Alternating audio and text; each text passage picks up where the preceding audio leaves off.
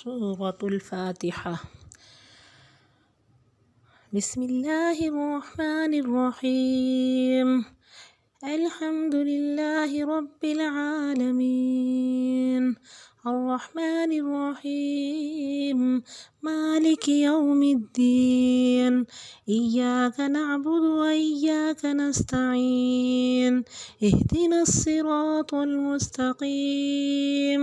صراط الذين أنعمت عليهم غير المغضوب عليهم ولا الضالين آمين. نحمده ونصلي على رسوله الكريم اما بعد فاعوذ بالله من الشیطان الرجیم بسم اللہ الرحمن الرحیم رب اشرح لي صدری ویسر لي امری واحلل عقدۃ من لسانی یفقهوا قولی۔ الحمدللہ اللہ تعالیٰ نے ایک بار پھر ہمیں موقع دیا اور اس کی توفیق سے ہم دورہ قرآن کا آغاز کر رہے ہیں۔ قرآن پاک کی بہت خوبصورت سورۃ الفاتحہ ہے۔ اس کو عظیم ترین سورت کہا جاتا ہے۔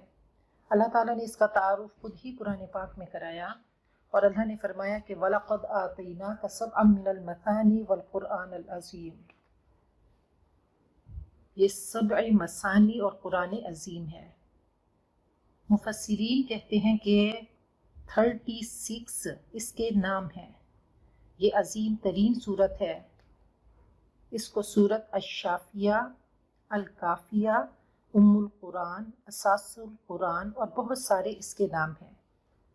اور فاتحہ، فاتح یفتح سے ہے کھولنا، کہ دی اوپننگ سورہ آف دا قرآن، شفا دینے والی صورت ہے۔ اس سے ہم آغاز کرتے ہیں اور بیسیکلی یہ ایک دعا ہے اور خوبصورت دعا ہے، سب سے پیاری دعا ہے اور ایک مکمل دعا ہے۔ آغاز ہوتا ہے اعوذ باللہ من الشیطان الرجیم، میں اللہ کی پناہ میں آتی ہوں شیطان مردود سے۔ بسم اللہ الرحمن الرحیم، اللہ کے نام کے ساتھ جو بڑا مہربان نہایت ہی رحم کرنے والا ہے۔ دیکھیں، ایک تعارف کوئی انسان کسی کا کرائے وہ ایک ہٹ کے چیز ہے، لیکن کوئی اپنا خود کرائے تو وہ اور چیز ہے۔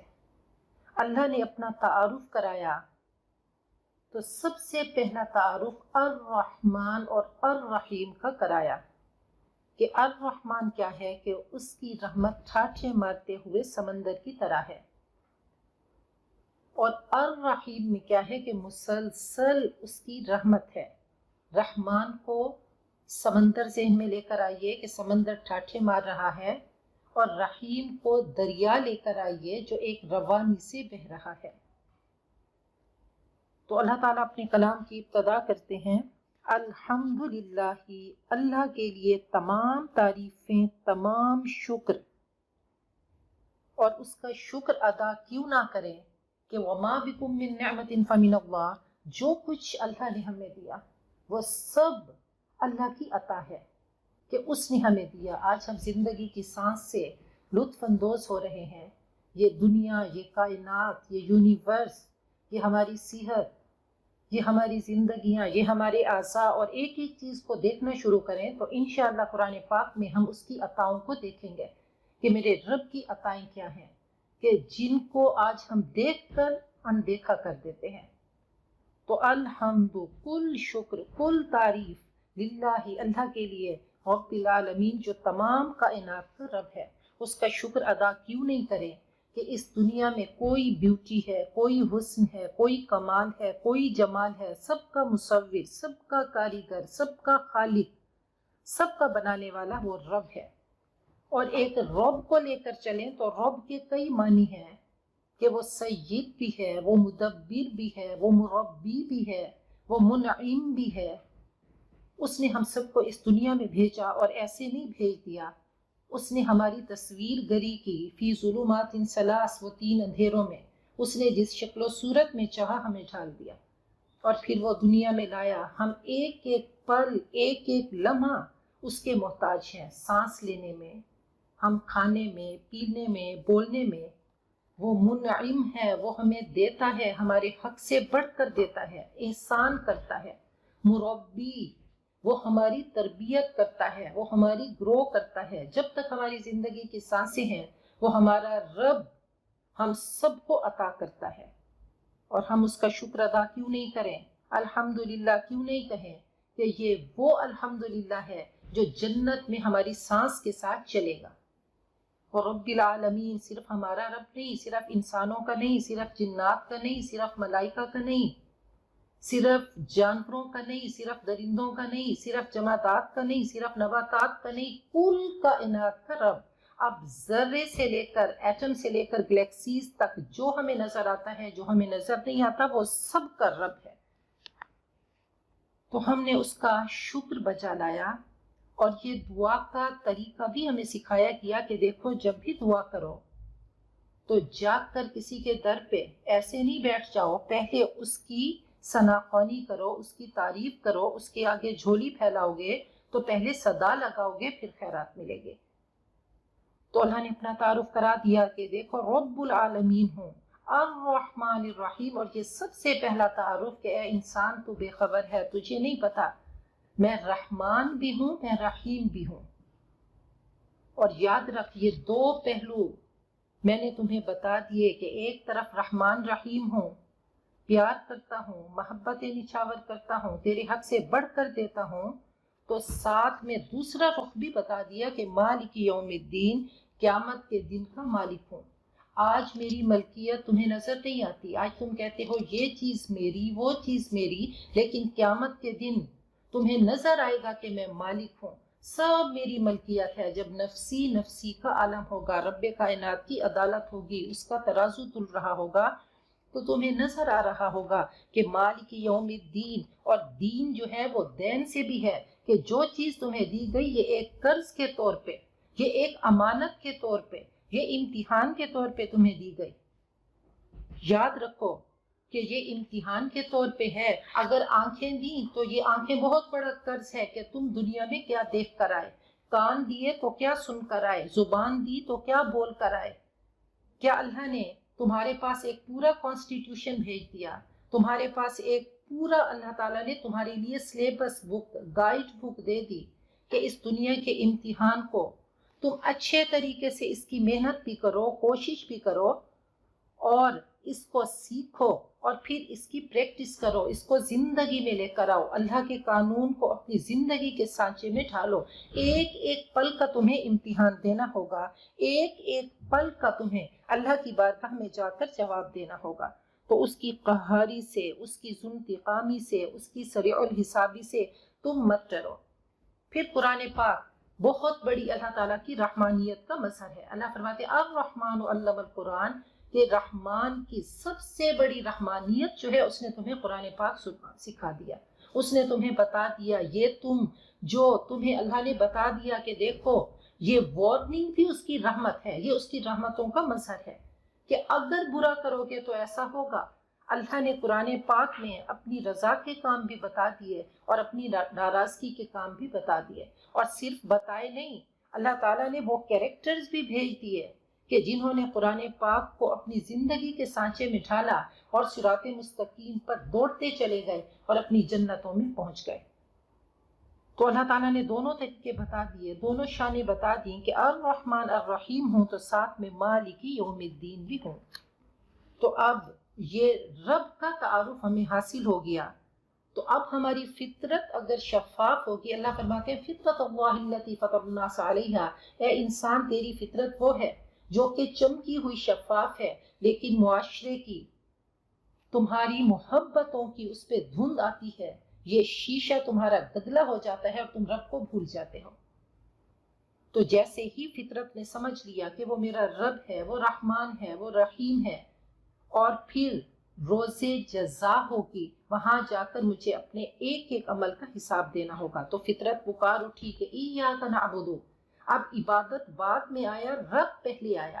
تو یہ شفاف فطرت کی نشانی ہے، یہ ایک ہینڈ شیک ہے، یہ ایک کانٹریکٹ ہے کہ خاص تیری ہم عبادت کرتے ہیں، نعبد ہم عبادت کرتے ہیں۔ تو عبادت دونوں چیزوں کا نام ہے. ایک چیز عبادت ہے اور عبادت پوری زندگی کی عبادت ہے، 24 گھنٹے کی عبادت ہے کہ ہم نے یہ وقت کس طرح سے گزارنا ہے. ہم اپنے بچوں کے ساتھ ہیں، ہم اپنی فیملی کے ساتھ ہیں، ہم اپنے شوہر کے ساتھ ہیں، ہم اپنے رشتہ داروں کے ساتھ ہیں، ہم اپنے دوستوں کے ساتھ ہیں، ہم کسی محفل میں ہیں، ہم کسی پارٹی میں ہیں، ہم کسی شادی میں ہیں، ہم کسی فوتگی پہ چلے گئے. تو عبادت اس وقت کیا ہے کہ میرا رب کیا چاہتا ہے کہ اس وقت کو کس طریقے سے سپینڈ کرنا ہے. اگر اللہ کی رضا کے مطابق ہوگا اور نبی اکرم صلی اللہ علیہ وسلم کے طریقے کے مطابق ہوگا تو وہ عبادت ہوگا. ہم نے صرف یہ عبادات ہیں نماز، روزہ، زکوٰۃ، حج کہ بنی الاسلام علی خمس، اسلام کی بنیاد 5 چیزوں پہ ہے.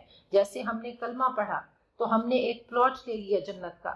اب اس کے لیے ہمیں محنت کرنی ہے، اب اس کے لیے ہمیں کوشش کرنی ہے. تو سب سے پہلی چیز نماز ہے، پھر روزہ، زکوٰۃ، حج، یہ سب بیج ہیں.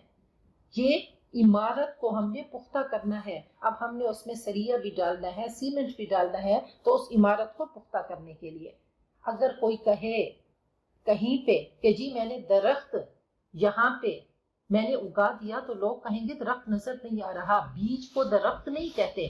تو عبادات کیا ہیں؟ وہ بیج کی طرح ہیں. اور جب اس کی عمارت بنے گی، جب اس کا درخت بنے گا تو وہ ہمارے معاملات ہوں گے، وہ ہمارے اخلاقیات ہوں گے، وہ ہماری پوری ایک زندگی ہوگی، وہ ہمارا کیریکٹر ہوگا. اگر وہ بیج لا الہ الا اللہ کی جڑیں جتنی مضبوط ہوں گی تو محمد الرسول اللہ ہماری زندگی پہ ظاہر ہوگا. تو بہت بڑا ہینڈ شیک ہے، بہت بڑا کانٹریکٹ ہے کہ ہماری فطرت کی پکار ہے کہ ہم نے کہا کہ ایاک نعبد، اللہ تیرے بندے ہیں. ہم نے عبادت کا لفظ بعد میں کہا لیکن رب کو ہم نے پہلے پکارا کہ صرف تیری ہم عبادت کرتے ہیں، ہم پرستش کرتے ہیں، ہم تیری غلامی میں آتے ہیں، ہم تیری بندگی کرتے ہیں اطاعت کے ساتھ اور فرما برداری کے ساتھ، محبتوں کے ساتھ اللہ تیری پرستش کرتے ہیں. وَإِيَّاكَ نَسْتَعِينُ، اور اللہ تو اس سے مدد مانگتے ہیں. اللہ تیری بارگاہ میں ہم کشکول پھیلاتے ہیں. اور ہم نے جیسے ہی رب کے ساتھ کانٹریکٹ کر لیا تو اب ہماری فطرت کی لا اٹھی، پکار اٹھی. ہم نے اب دعا کی کہ اہدنا الصراط المستقیم، اللہ ہمیں صراط مستقیم کا مسافر بنا دے. اللہ ہمیں بتا دے کہ صراط مستقیم کا مسافر کیسے بننا ہے. اللہ ہمیں ہدایت دے، اللہ ہمیں بتا دے، اللہ ہمیں اس صراط مستقیم پہ چلا دے اور ہماری منزل، وہ منزل جو جنت ہے، اللہ اس جنت تک ہمیں پہنچا دے. تو آگے مزید ہم نے کہا کہ صراط الذین انعمت علیہم، اللہ ان لوگوں کا راستہ جن پر تیرا انعام ہوا. اللہ انعام وہ نہیں، اللہ ہم نے بہت بڑی کمند ڈالی، ہم نے ڈائریکٹ رب کائنات پہ ڈالی کہ اللہ ہمیں صراط مستقیم چاہیے، اللہ ہمیں صراط مستقیم اور ہمیں ہدایت چاہیے، ہمیں جنت چاہیے. اللہ ان لوگوں کے راستے پہ چلانا جن پر تیرا انعام ہوا. آگے اللہ نے مزید وضاحت کر دی کہ منعم علیہم کون ہے، انعام کن پہ ہوا. اللہ نے فرمایا وَمِنَ الصِّدِّقِينَ من النبیین والصدیقین والشہداء والصالحین. یہ کیریکٹرز اللہ تعالیٰ نے ہمیں دے دیے کہ دیکھو صحرائے عرب میں جاؤ، وہ نبی امی کی پکار پہ ان صحابہ کرام کو دیکھو کہ یہ صراط مستقیم کے پلیئرز تھے، ان پر اللہ تعالیٰ کے انعام ہوئے. ان کی فطرت شفاف تھی. جیسے ہی قرآن پاک کا آئینہ ان کے سامنے آیا تو یہ ان کی فطرت شفاف ہو کے قرآن پاک ان کے اندر گیا اور کس طریقے سے یہ دنیا کے امام اور ہادی اور رہبر بن گئے. تو یہ انعام یافتہ لوگ ہیں. غیر المغضوب علیہم، اللہ ان کا راستہ نہ دکھانا جن پر تیرا غضب نازل ہوا.